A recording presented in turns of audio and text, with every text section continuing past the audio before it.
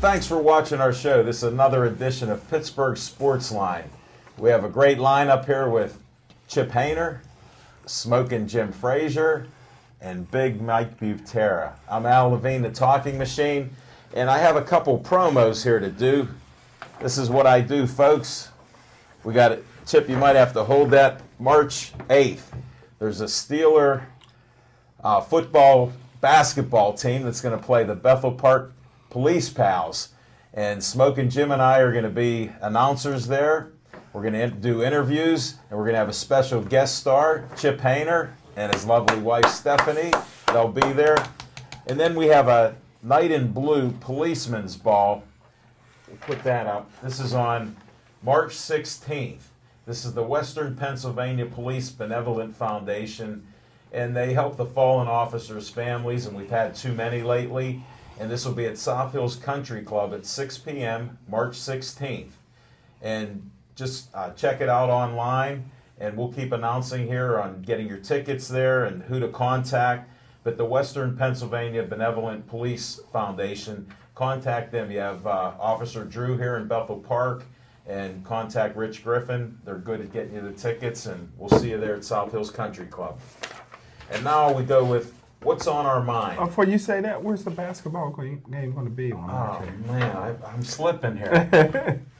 I did say Bethel Park, but it's going to be in that brand new basketball court in Bethel Park High School. Wow. Just so you know, put that in on your GPS. It's only been around 1 year. So. Let's start lobbying for naming it after the Hammer. Yes. You know that? They made Bethel Park's. Yeah, Bethel Park's son. You know, all these Bethel That'd be Park nice. folks, let's not forget about them. And Smoking Jim, you get an assist there because I did fumble the ball. Well, it's hockey season, so we scored a goal on that one. Yeah.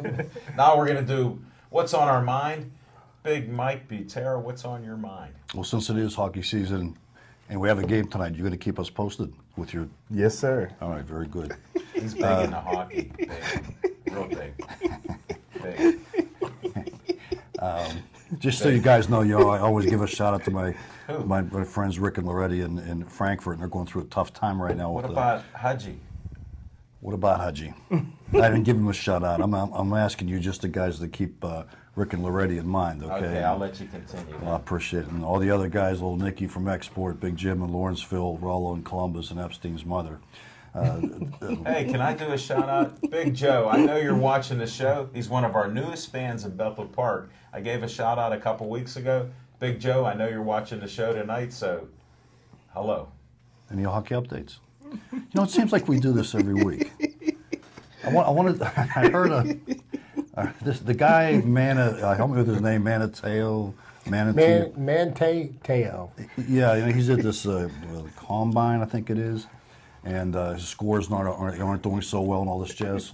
So I don't know if this is like a discreditation at the guy or what, but now I'm hearing that his lot his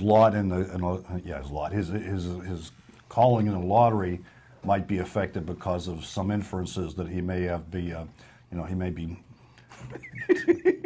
public television, he may be, this gay, and You mean a happy type of guy? very, and I am too. Not that there's anything wrong with it. Jovial. The thing that, jovial. Okay. The thing that I don't understand this. I mean, I really don't. What's your point of this? I'm confused. The point is, why should it be a point? What does it matter? This is America in 2013. I agree with you. Honest to goodness, I mean, because the only things I can come up with would be a religious, a guy would be some sort of religious player that he doesn't believe in that jazz, and so be it. And Can I interrupt you for 1 second? I don't This have was it the that captain of Notre Dame. way. Catholic school. Yeah. So I'm confused on your point there. Well, I'm not getting. The more you interrupt it, the longer this takes. What are you trying to say? That this is such a controversy now? Can we do a take two? No, this is live. This is live. Oh, my so God. let's And get Frank's moving. our cameraman. He's a no-nonsense camera guy. We've already And got he's it out. looking at you right now, and he told me earlier, if you want to go to just a 3-shot act, we'll do a 3-shot. I never knew what it was until you started talking on this. What's on our mind? I'm not the movie guy. Gentlemen, like we've only got an hour. Right. So go ahead, Mike. I'll let you finish your point. I just don't like that jazz, and I'm not talking about your interruption. I live for your interruptions. Again, if a guy's so religious that it rubs him the wrong way, he shouldn't be on a football field. He should be on a pulpit. Now, no, fact. Now, do you remember when Magic Johnson was discovered HIV positive, and there was a groundswell of players didn't want to play because of, like, what do you call it, the blood spurts or whatever. I kind of understand that, but nevertheless, that has nothing to do with the fact that these guys are coming out and say, well, I don't play with gay players, or this might affect his ranking when he comes out of the, what do you call it, in the draft. It's just so wrong to me. And I'm not an advocate. I don't profess to be better than the rest or anything because, like, I don't have any prejudices. I just heard that today, and I just thought it sucked, and that was on my mind, even though I had other things that were on my mind. Okay, well then, moving forward here, I'm going to go to... Al, excuse me. May I interrupt you? Anytime. Do we have a choice? Okay. I just want to see if it worked. That's all. It can work again, my friend. We're going to revisit this. Not a problem. Okay, man. It was beautiful. And now, Smoking Jim Frazier, what's on your mind? Hard nails and eruptions. That's another segment. That's another segment. We got another segment. You know what's on my mind real quick is everybody knows that I put the women on the highest of pedestals. And I didn't even realize for years and years and years that a woman could ever lie. And it goes back to my college days. My college roommate played football with me, and he moved out to move in with a girl one time, and he fell in love, and he moved in with a girl, and it lasted about a week. About a week after that, he comes up to the locker room, and he's all sad, and he's bummed out, and I said, "What's wrong?" He says, "Man, things didn't work out with Lisa." He says, can I move back in with you? I says, "Man, you're my brother. I'll do anything for you. Love you like a brother. What happened?" He says, "Man, it didn't work out. I was just wondering if I could move back in with you." I said, "Well, no, you can't. But what happened?"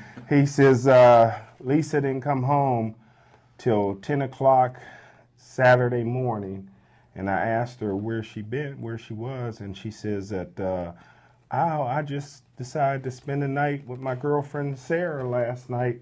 And he says, "I knew she was lying right away because I spent the night last night with Sarah." But anyhow, what's on my mind is, I can't even think of interrupting right now.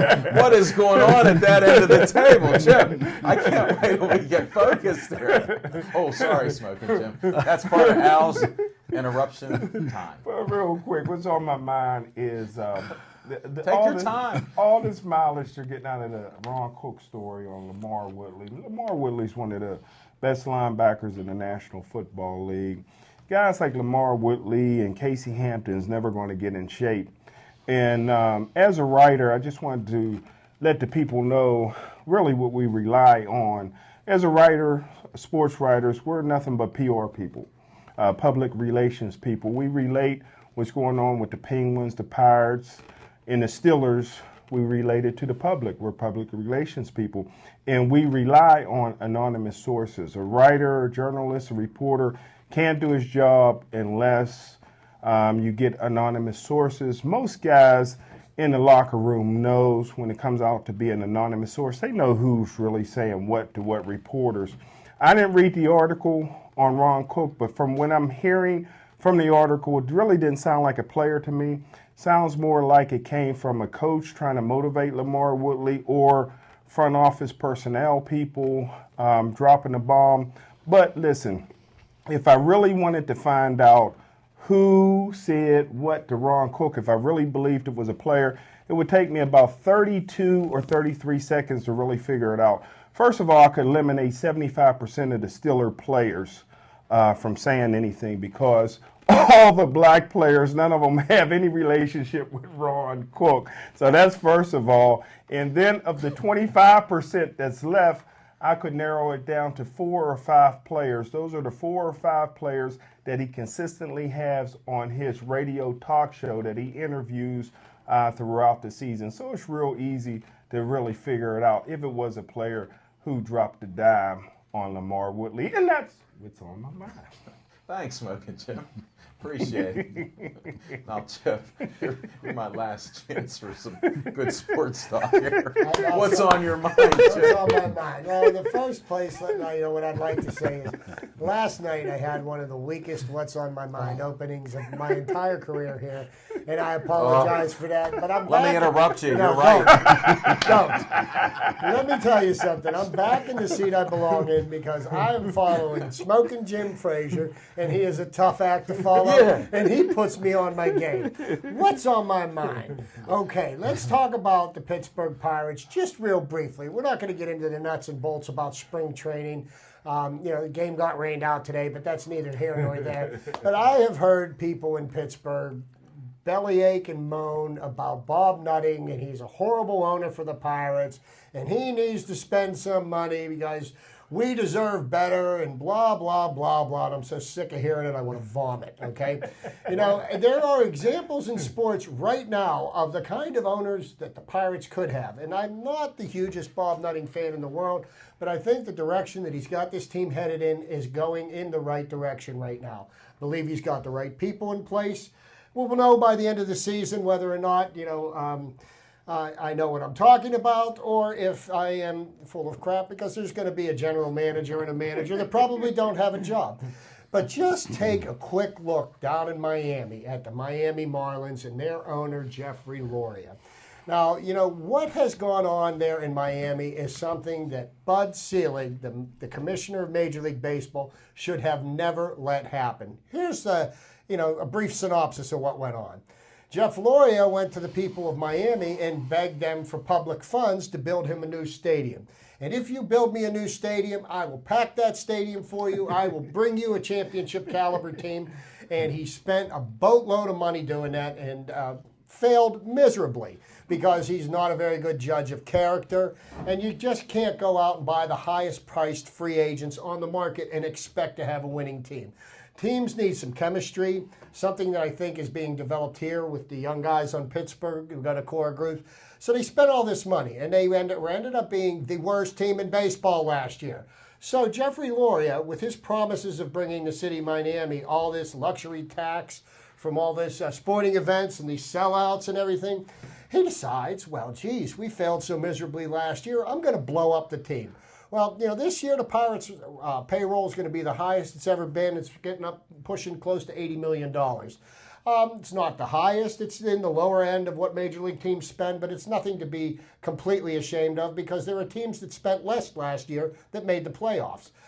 The Miami Marlins' salary for this season for the team is less than what Alex Rodriguez is getting paid for not playing baseball. Wow. Okay, so now what you've got is a brand new shiny stadium in Miami with empty seats and you're getting no tax revenue out of it. So what Jeffrey Loria did was he deceived the people, the taxpayers, and I think, when he decided to blow up this team, this is where Bud Selig should have came in and said, no, this is wrong, you cannot do this, okay? But our commissioner, baseball's commissioner, has no spine. Your drug testing program is a joke. It's a farce. Guys get rewarded for testing positive. They get a 50-game suspension, and then they get a double or triple their salary for the next year. I think it's time for Bud Selig to actually be a commissioner. We complain about Roger Goodell. We complain about Gary Bettman, but at least, they're doing things to try to help better their sports. We may not agree with the way they go about doing it, but that's what's on my mind. Nice, Chip.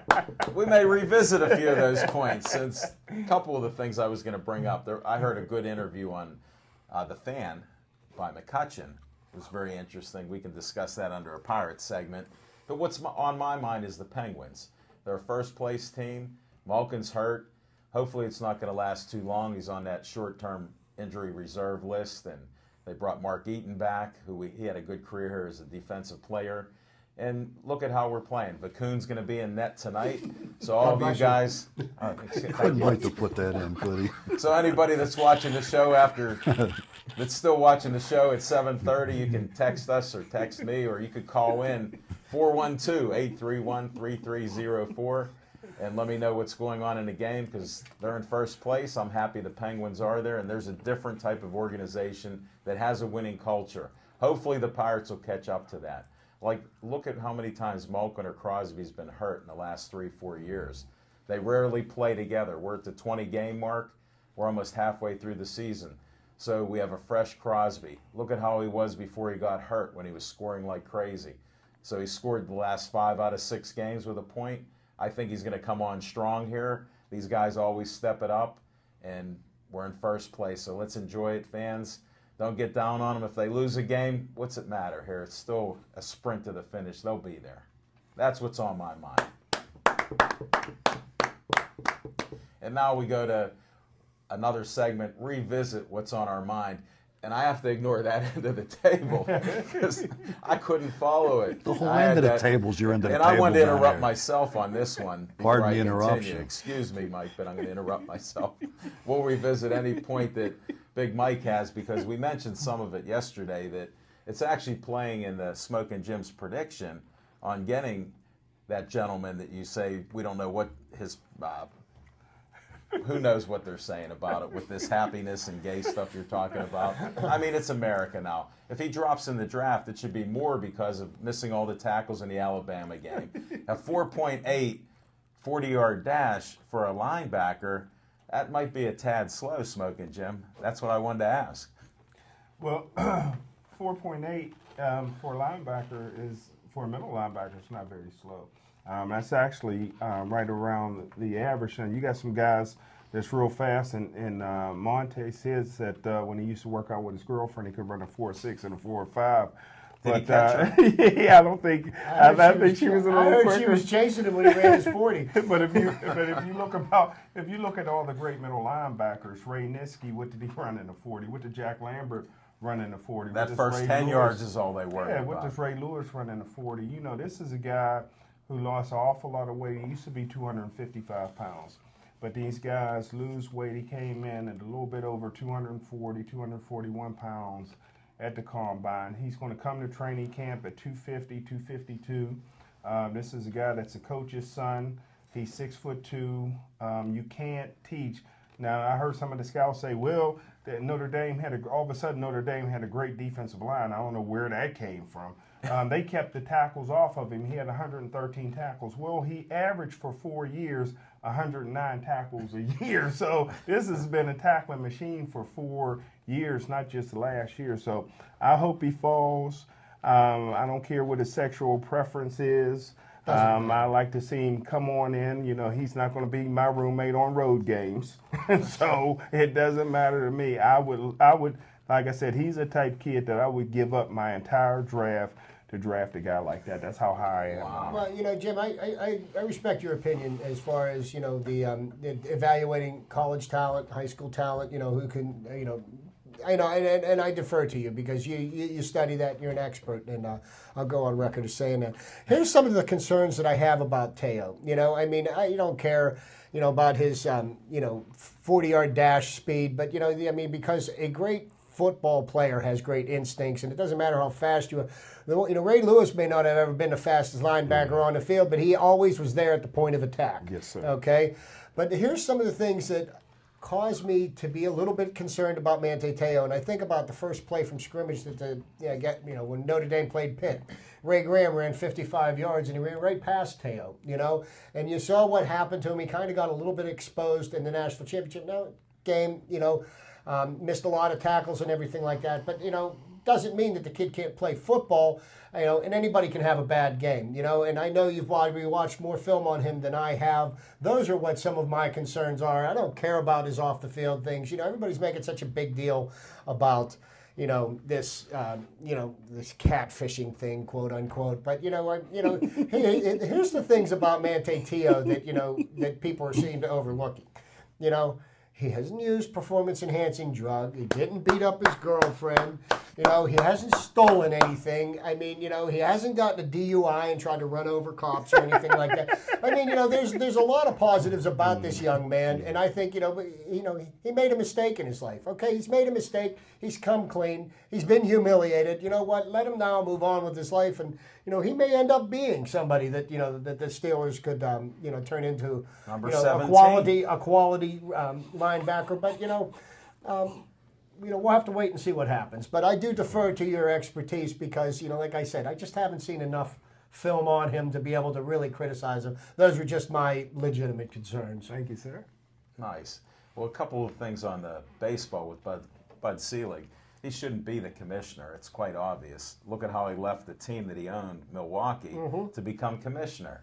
So, I mean, that's some crazy stuff there. And we keep complaining about all the Hall of Fame and the rules and PEDs and how you can take all these different drugs and get away with it, bigger contracts, and it's going to continue there. So you're not going to get them out. Because we don't, whether you love or hate Roger Goodell, he's visible. He's doing something. He's involved. You never talk this highly of Goodell. No, wait a minute. I'd be his biggest critic in the world, Right. but you can't say that he isn't involved in doing and being a commissioner. Oh, yes. Whether you agree with him or disagree with him, And we do. and Gary Bettman, for lack of anything better to say about him, he's made himself a noticeable presence, with the NHL Players Union. And what about Billy Hunter? He's the wasn't he the commissioner of the, or no? Oh, he was the head of the Players Union for the NBA. Didn't he? Oh, yeah, that's right. He's not. He doesn't have a job anymore. So. All right, unless Big Mike wants to revisit anything. Big Mike, one question. You have anything to revisit? I am terrified to stick my head out. He is on fire Yeah, he's tonight. on fire. One bad fire. "What's on your mind" segment, and it guy goes nuts. Yeah, but you should have seen how. Oh, no, I laid an egg he's- last Matter of No, fact, I- folks, I'll when watch it comes I'll out, watch it. you can watch Pittsburgh Sportsline at Sips Bar. We'll post it up. You got to become a fan of our Pittsburgh I watch it. Sportsline. I No, watch it. Facebook. We're on Facebook now. I can't do that. You got to do No, I Facebook can't- just I to can't like do us. that. We cracked 102, Smoking Jim. All right. We're over 100 I'm proud. now. I've We're been- working on the second 100. We're trying to build that up. We'll put more stuff out there. I was 0 for 4 last night. No, I'll be, Yeah, well, I don't know. I'll we'll find talk out. some I other died. things. I Hey, died. matter of fact, we'll go to my other segment here. Pittsburgh Sportsline at Sips Bar. We had a great time last night. Great guests. And one young man, I don't know if you can get this, Frank. Oh, yeah, Brenner. Brenner Contracting. Zach Brenner. He put on a great performance last night. He sure did. We We had a had great conversation about Pitt basketball. we Yes, covered we did. that. And we had a few other guests. We had Heather Tate, who's been on the show before. One of Smoking Jim's friends, businesswomen, and he actually is going to do some boxing Throw that announcing towel with down her too. So, cool him down. Then we had another sports lady, Nikki White, come to the show. How you spell Nikki? Nicky with an E, apostrophe E. I know my guests, Smoking Jim. I may not know them coming in, but I know after they go. Then we had Rayco Saunders. He was unreal with his description of his fight and the activities that he has. You have to watch our show when it's posted up there with Pittsburgh Sportsline at Sips Sports Bar. That'll probably be up in the next day. And It was a also great show there. What Rayco's doing to help the other fighters in the That's what Pittsburgh I want. area. That's what I absolutely. want to get into. He's also a mentor, and he also goes and coaches these guys and gives them a lot of tips. And this guy does not eat any flesh, no meat. And you should see him. He's like this. He's solid. I'll tell you what. I mean, and he come to downtown Dormont to visit the show, just like that. That's how solid he is. I mean, did you hear that? And then one of the greatest artists that I ever met at 18 years old, Shane Washington. His portfolio from Bruce Lee to Marilyn Monroe, all sketches, reminds us of the artist Tempe Moore that we had on. And you got to check her out. Art for Yins. We don't mind dropping names on the show when you're a guest and you talk sports. But this young man, he's going to win the 100-yard, the 100-meter dash. He's at 10.9 right now. He's an athlete at Montour High School. And his dad has every right in the world to be proud of him. Exactly. And he come out to the show, and another guy you have to see. Just fantastic people we've had on there. And now we got one of my favorite segments. Before you go there, Come on. Did any of us make it to the Harlem Nights for Rayco's Harlem Nights? No, and my deepest sympathy to the Harlem Nights. But like Rayco said, it's a classy type of night. and it's going to be at the end of each month at Three Lakes Golf Course, Smoking Jim. And he's hoping you'll be there because you keep promising him. So I don't know what's up with that. We have to go show him some support. Yeah, we'll have to come out there. And looks like a good time for all there. And now, since we got the interrupt this disease here tonight, I'm going to interrupt Smoking Jim's interruption with some fiction and fact from Smoking Jim's Almanac. Hey, thanks, Al Levine, the talking machine. I appreciate it. Hey, I got an update. Last week, I made a mistake. It was actually 1986. Wow. That I was with Michael Jordan. I said 1985, but it was actually 1986. But anywho, there's no doubt about this year, 1992. Whoa. 1992, we're going to talk a little Greg Lloyd tonight. Greg Lloyd was one of the meanest, nastiest, hatefulest guys you ever want to see, most in shape guy. And the Steelers facilities used to be in Three River Stadium. And Greg Lloyd used to bring his 2 Doberman pinchers to the stadium every year, and the offices was inside the stadium, and those dogs used to run free, and you used to see the sports writers running from the dogs all the time. And Greg Lloyd was so mean, and I tell you what, Greg Lloyd actually, I'm not saying he hated white people, but he hated white people at that time. And I tell you what, he didn't trust any of them. He went to all-black high school. He went to a traditionally black college, Fort Valley State. And if you were in his way when he walked, he didn't say, excuse me. He just bumped right into you. Wow. If you were standing Even around you? the hallway. No, never me. Okay. Never me. Just wondering. Yeah, I knew when the brothers was coming. But I always keep my eye on you the got brothers. out of the way. Yeah, I keep my eye on the brothers. But I'm the only non-linebacker, and I got to say this. Greg Lloyd really changed his opinion of white people when he met in '93 the greatest linebacker, outside linebacker in NFL history, Kevin Green. Kevin Green did a lot to change Greg Lloyd. They ended up being great friends. But anywho, this is '92. I'm the only non-linebacker in a linebackers only meeting. I'm sitting next to Tyrone Stowe, big head Tyrone Stowe. I don't know if you remember him. Greg Lloyd is up top. They got a rookie NFL linebacker coach who was a poor coach for Pitt the year before, and before that he was a terrible coach for Idaho State, but he was hired as the Steeler linebacker coach named Marvin Lewis. Wow. Marvin Lewis is up on the chalkboard, scared to death to talk. He can't get his words out. He don't really know what to say. Greg Lloyd stands up in a meeting, and you can hear a pin drop. Greg Lloyd said, blankety blank blank, sit your blankety blank blank down and maybe you might learn something. And Greg Lloyd goes up and explains how the defense is. You could hear a pin drop except for me. I'm laughing so hard I couldn't stop laughing. But that's my Greg Lloyd story and Marvin Lewis story. Wow. Marvin Lewis first week on the job, and Greg Lloyd gave it to him for not knowing what he And look where he's at now, and look what he learned thanks to Greg Lloyd. That's right. Been a head coach for all that time. And don't forget now, Greg Lloyd's son is playing in the National Football League, played for UConn, and him and Greg Lloyd does not have a relationship because when he was about 13, he brought home a bee, and Greg Lloyd put a gun in his mouth. It's a true story. Well, that's saying something. Smoking, for those people out there that don't know, why Kevin Green changed Greg's opinion about things, why don't you just say a few words about Kevin? Well, the one thing, when Kevin Green came to the Pittsburgh Steelers, the guy that gave him the hardest time was Greg Lloyd. Greg Lloyd didn't talk to him. Greg Lloyd let the media know that Kevin Green was already an all-pro, perennial all-pro. Greg Lloyd let everybody know he hasn't done, and the letter started with an S, here yet. Greg Lloyd gave him a hard time, but Kevin Green was one of those workers. He's a guy that had fun in the locker room, and before you know it, Greg Lloyd, the Steelers did a smart thing. They put their lockers next to each other, and they just became friends. And they used to go over each other's house. They were the leaders of the team. And I tell you what, Greg Lloyd really changed thanks for the influence of Kevin Green. And that's simply because Kevin Green let his performance on the field and on the practice field and in the weight room speak for him. Yes, it was. He didn't need to run his mouth. If he would have run his mouth, he'd have probably had a problem with Greg. Yeah. But you know what? You keep your mouth shut, you work hard, and you know what? You can change all your detractors, man.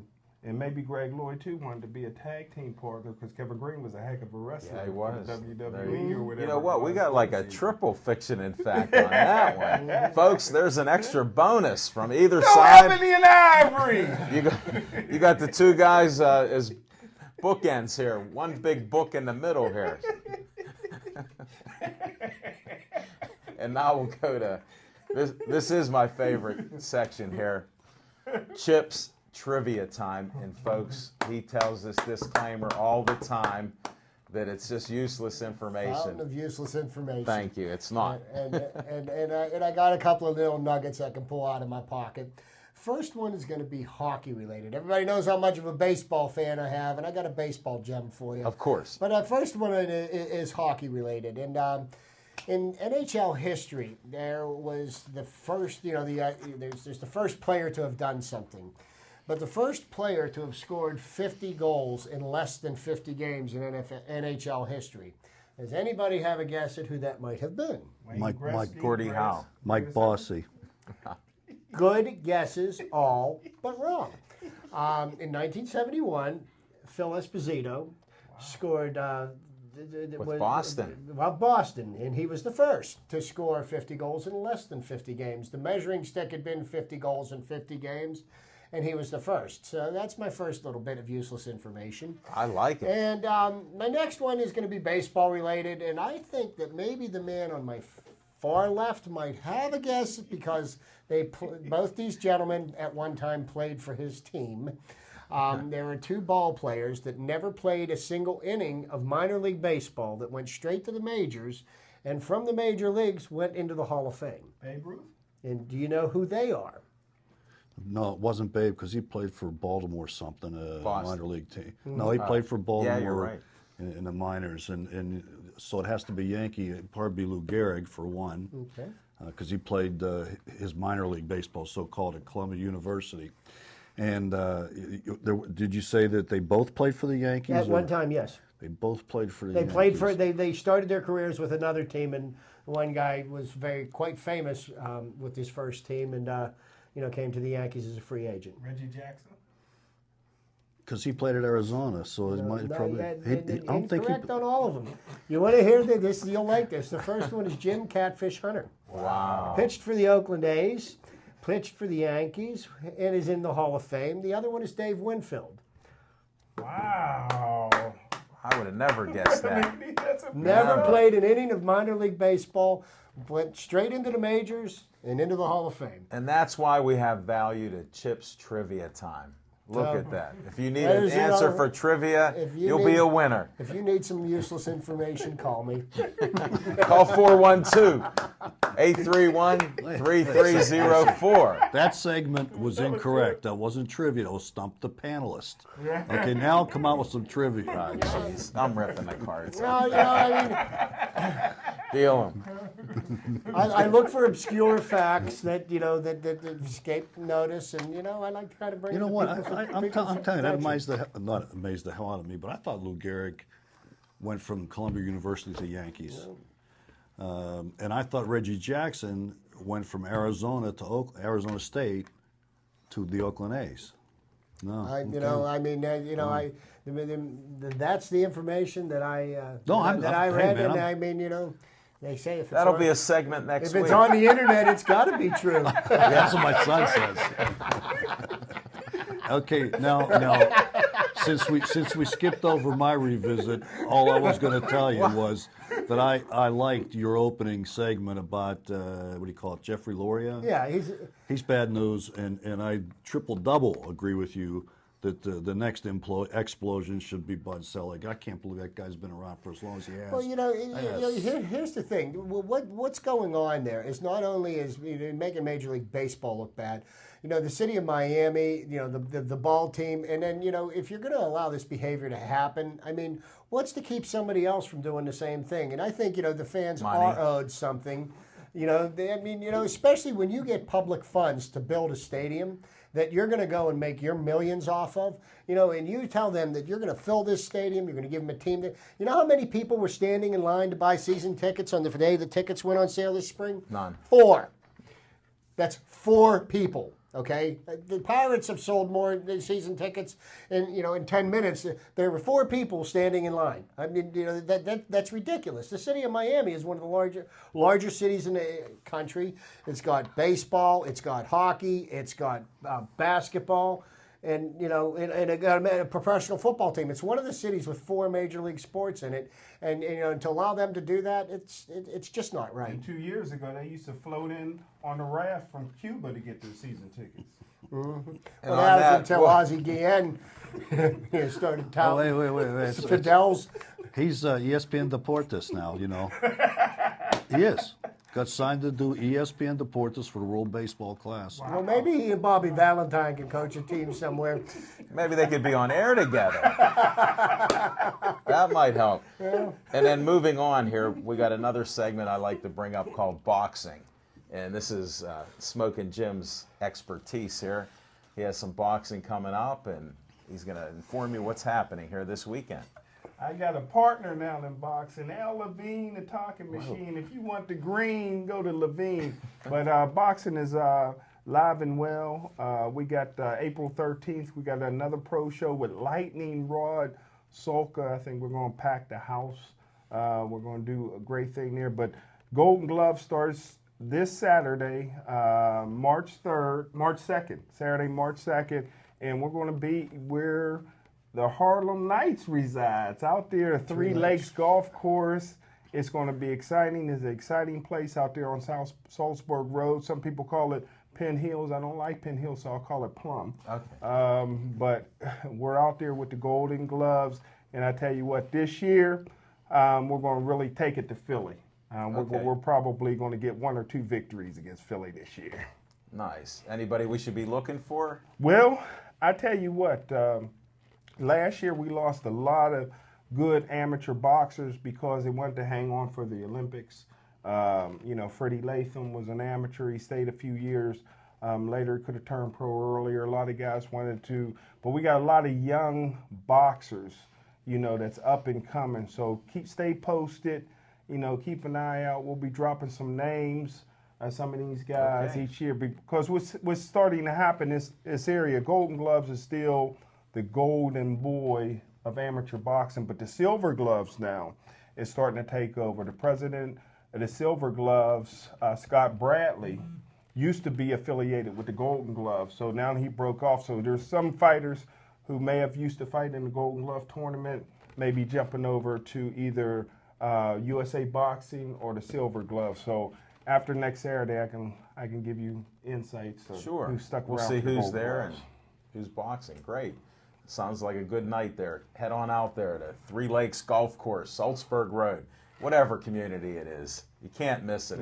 It was a great venue last year, my first time there. And then the next segment we go is some Bucko talk. And we'll go to Bucko Baseball right here with Chipper. I don't know where he got that shirt from, but it looks pretty good on you. Spring training. Part. But hey, the Pirates are in the midst of about 2 weeks into spring training, and there's really, there's not really a lot to report. They're working on a lot of fundamental baseball. They've got a lot of people in camp. Some of the things that the Pirates have done over the last month or so that I think, you look at what they're investing in these moves that they made. They picked up a kid named Jose Contreras, who was a Cuban defector. That was a very effective starting pitcher in the major leagues, and he's had elbow surgery twice within the last 2 or 3 years. But they picked him up. They got him on a minor league contract, and they're going to see what he can do. At one point, he was an effective starter, and here's what the deal is: if he can pitch and can make it to the team, they're paying him next to nothing. And if he doesn't work out, what do they lose? Nothing. Brandon Inge is a quality backup third baseman that they got and signed him to a minor league contract. Played for the Tigers last year, got traded to the A's, helped the A's make it to the playoffs last year. This is the kind of guy that the veteran help on the bench that the Pirates can really benefit from. He's somebody that knows what it takes to get to the postseason. He's been to the World Series back in 2006 and actually was one of the stars of that Detroit Tigers team, say, bringing in somebody like this, they're not investing a lot of money in him. And, sure, he's at the end of his career. And if he doesn't pan out, great. They're not losing anything. If he does pan out, they're not going to be paying him a lot of money. And, they get the veteran leadership that they're looking for. Got a ton of pitchers in 31, I heard. 31 pitchers. And you know what? These guys are getting work, and they're going to find out, who's going to be the members. There's a lot of competition going on for the bench spots and everything, and that's the best way to get the best out of everybody. Nobody's position. Oh, there's a handful of guys whose positions are a lock, but there's a lot of positions that are wide open, and you got to love it because the competition can only make each and every one of those players better. Definitely. And I heard McCutchen in that interview. They were talking about, well, your stealing was a little bit weak. Are you working on that? He goes, if I'm not getting home runs, doubles, or triples, yeah, I'll work on stealing. Well, here's the thing that I was reading an article about him and about the subject. And here's what the thing is, he's looking at some of the guys in the major leagues that are the top baseball stealers. One that comes to mind is Michael Bourne.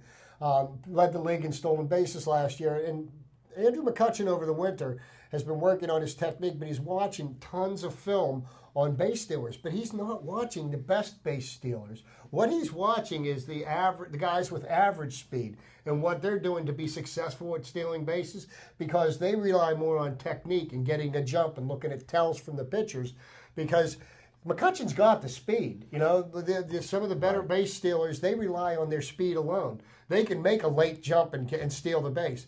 So, the guys that are a little bit slower of foot, they have to time it right. So, you can learn as much from the least successful guys as you can the most successful. And the fact that he's doing that just tells me how committed he is to being a better baseball player. Well, I'll give him a tip. Smoking Jim watches a lot of old fights, and other boxers do. Pull out the name Maury Wills. Because he studied, he was a student of the game. He made himself into a great base stealer. Yes, he did. Yes, he did. So now Ricky Henderson's a guy that relied mostly on his speed. And, and he just ran wild. Look at even at an old age, he was still, leading in steals and everything else. I mean, the size of his thighs. That kid was a sprinter, and he was like a lightning bolt. Yes, he was. But we got to tell McCutchen, look at Maury Wills here. Yep. Definitely. Study him a little bit. But the fact that he's doing the studying, he didn't spend his off season, goofing off, getting himself thrown out of clubs and doing all the other kind of foolish stuff. That I heard he in his interview, he said he's a boring guy. He eats Subways twice a day. How about really? That? Yeah, he goes, if I watch TV, I watch some YouTube, I tweet. He goes, they go, do you do anything else? He goes, no, I'm pretty boring. He goes, I go into Subway, and they know what my sub's going to be, and he described it. So he goes, amazing. They have it ready. My cousin, Elizabeth White, they call her Bit, she's a hairdresser. Bit White? Yeah. And she used to do his hair when he played for Altoona. She lived in Altoona at the time. There's a little more fiction in fact from Smoking Jim's Almanac. He's on fire tonight. But, these professional athletes, it's good to hear something like that. It's kind of refreshing because professional athletes' careers are extremely short. And they get paid a lot of money. And you see a lot of fools like Chad Ochocinco and Terrell Owens who have blown close to $100 million. You've got a short opportunity to make money. And don't be foolish and blow it, because you could set yourself up and your family and your children's children for life if you just use your head and you don't blow your money. Here, and one more lead a boring life. One more McCutchen thing from that interview talking about vacations and blowing your money. They go, do you go on vacation? He goes, I went on one last year. Nike paid for it. Wow, that's nice. That's why he went on vacation. But see, that's why I have a hard time, just real quick, about Teo. Yeah. Is that what you call him, Teo? Yeah, man, Teo. Because when I grew up, and you guys can probably relate to this, we always thought that, you wanted to be dedicated. You didn't want to run around with a lot of girls. You didn't want to run around partying. You didn't want to smoke. You didn't want to drink. So you respected guys that lived in the weight room, that lived on the track, that concentrated and focused on their sport. And that's what that guy does. But if you do that nowadays, you're considered, or funny. Yeah, or you funny. This guy's just a dedicated athlete, just like Andrew McCutchen. Nobody's asking that question about him. So good point. Very good point, Jim. Because you know what? To be honest with you, I really like athletes not being in the sports page, not being the lead-in story on Sports Center. You know what? I mean, you have a lot more respect for them, and you don't mind putting your money down and going to watch them play because you're probably going to get what you pay for.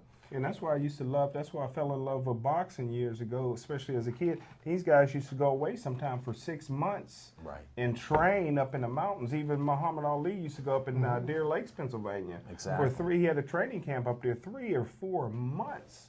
They go up there and just train and go in the ring. And they focused on their craft. And you know what?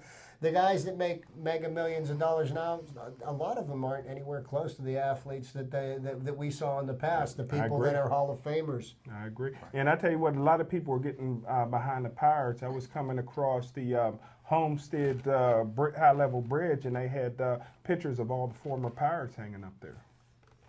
Oh, and speaking of former Pirates, I brought this up last week.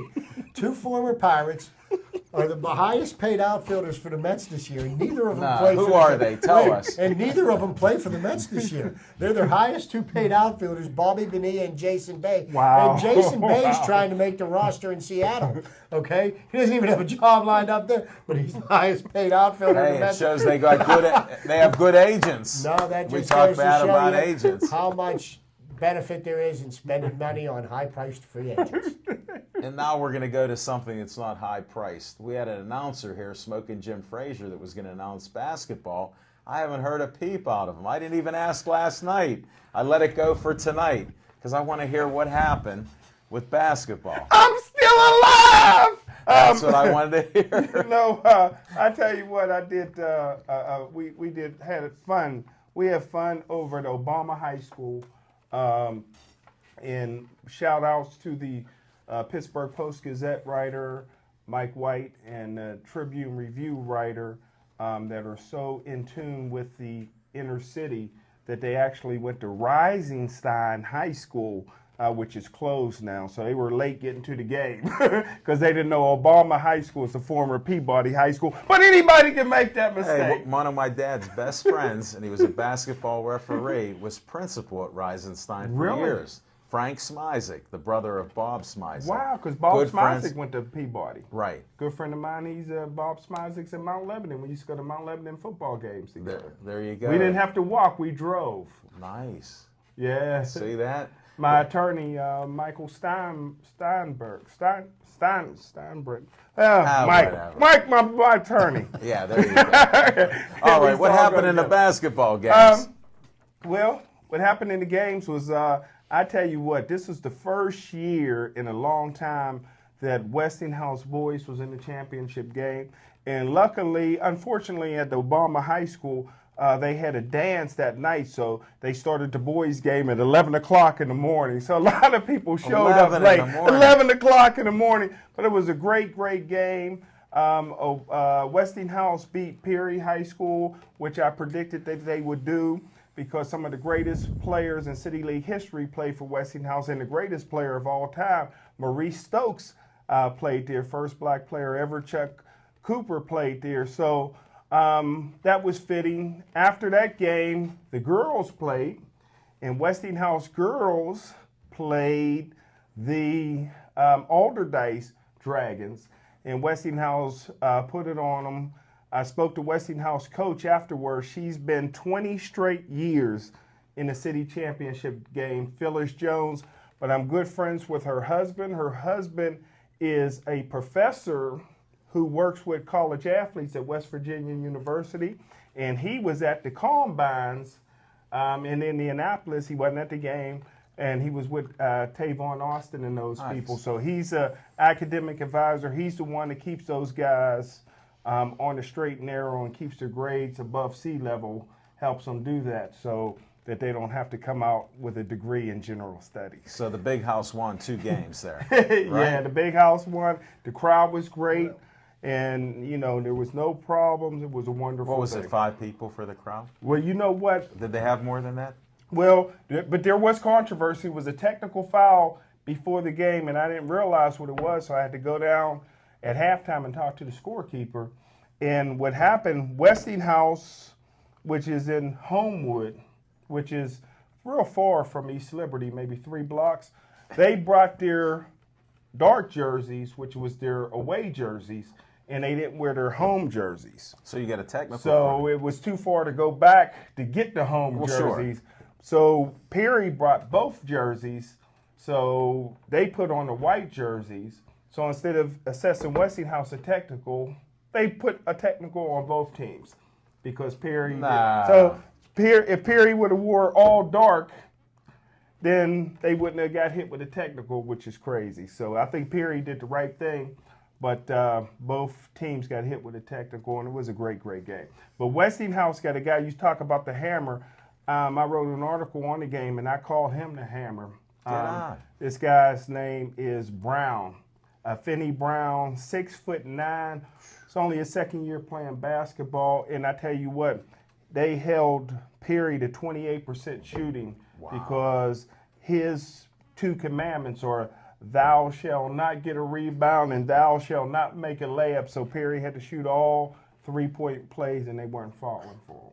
Well, thanks, Smoking Jim. Well, and that's not all with the high school basketball. Tomorrow night we got the semifinals in the WPIALs. Right. I had a real interesting game tomorrow night between Newcastle and Seneca Valley. Seneca Valley's got a very, very strong team. Do they? I think they're going to. Aren't you predicting Newcastle the whole way? I think they're going to give Newcastle a game. Okay. Still think Newcastle's going to win. And in the other semifinal game, North Allegheny. They're still fielding a strong team, and I think the North Allegheny, they got beaten by Newcastle already this year. I think it's going to end up being Newcastle and North Allegheny playing for the Whippeal Championship. Well, Newcastle beat Gateway this past weekend, so I'm mad at Newcastle. Gateway. Yeah, they dug Gateway for 2 years, but they moved Smoking up. Jim. Yeah. Fans are calling in. Hold it, I got the phone. No, never mind. But I'll be there Saturday all Where? day at the Palumbo Center. I'll be there. See Smoking Jim there. I'll be writing an article on all the games, including the girls' games. I'm a big girls' basketball fan. I tell you what, they move the ball over, they set up plays, they do a lot of great things, and I tell you what, some of the girls' assistant coaches are really good looking. Oh, okay. And we'll talk about that another day. Another thing. I usually interview the assistant coaches. They must be good looking. We'll talk about that on another segment for after the show. But I wanted to give a shout out to a friend of ours, Marty Galosi at Robert Morris. Their hockey team has 18 wins. Now that ties the most wins they've had. Now they have 2 more games to go. So maybe we'll get Marty on one of our shows here again. He always makes a great guest. We'll have to talk to him about Sip Sports Bar. He can come out there and let's not forget about the Robert Morris men's basketball team, because they have guaranteed themselves a spot in the postseason. Right. They're who knows? They could be the only local team going to the NCAA. No, and that segues. Whoa, time out. Eric, hit him with a T. Hit him with a T. Technical on that. My next point is Pitt basketball, NCAA.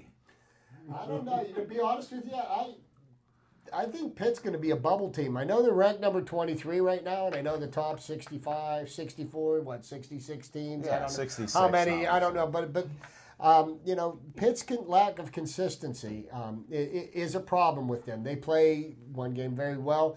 They have played solid defense all year long, and Zach Brenner last night brought up a good point. I think them rotating 10 people in and out of the game has made the team a little weaker because they don't have that dominant rebounder. They don't, and they really need that. The last 3 games they've played, they've lost the rebounding battle. That's something that the Pitt team needs to win. And, I'm sorry to say it, but their foul shooting is suspect, and that's something that's been traditional with Jamie Dixon's teams. And that's what gets you bounced out of the tournament fast, because if you're not hitting your free throws in the last 2-3 minutes of the game, you're one and done. Makes sense, sir. Wanted to ask something about the NCAA, and this involves you last week when you were talking about. I tried to, you were talking about the NCAA and I tried understanding while you were explaining it as I'm sitting here. I went home and I watched the show 4 or 5 times on YouTube trying to understand it. Unfortunately, I just watched my segments.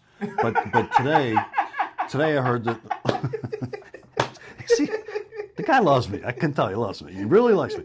Today I heard that LSU and Alabama have extended scholarships to an 8th grader. They took a page right out of Gateway's book. Here's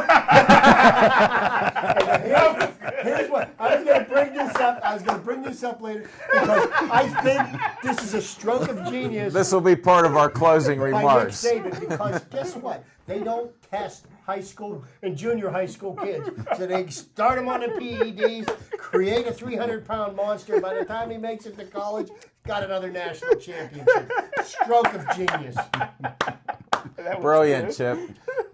Absolutely, closing bro. remarks. That's a good closing remark.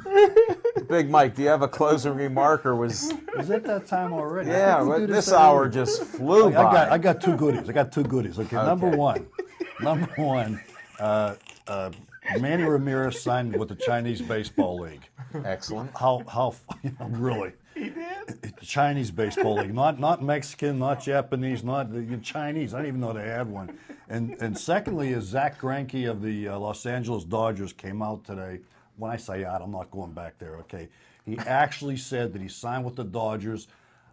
He chose the Dodgers out of all the teams that offered him money because he went for the money. He said he would have played for a last place team if the last place team was the one that offered him the most money. Now, you got to love that guy. Gotta love his honesty. Yeah.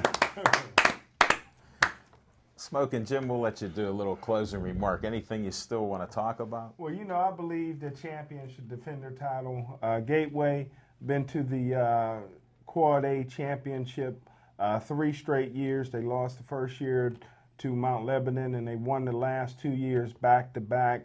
They got knocked out by Newcastle trying to defend their title.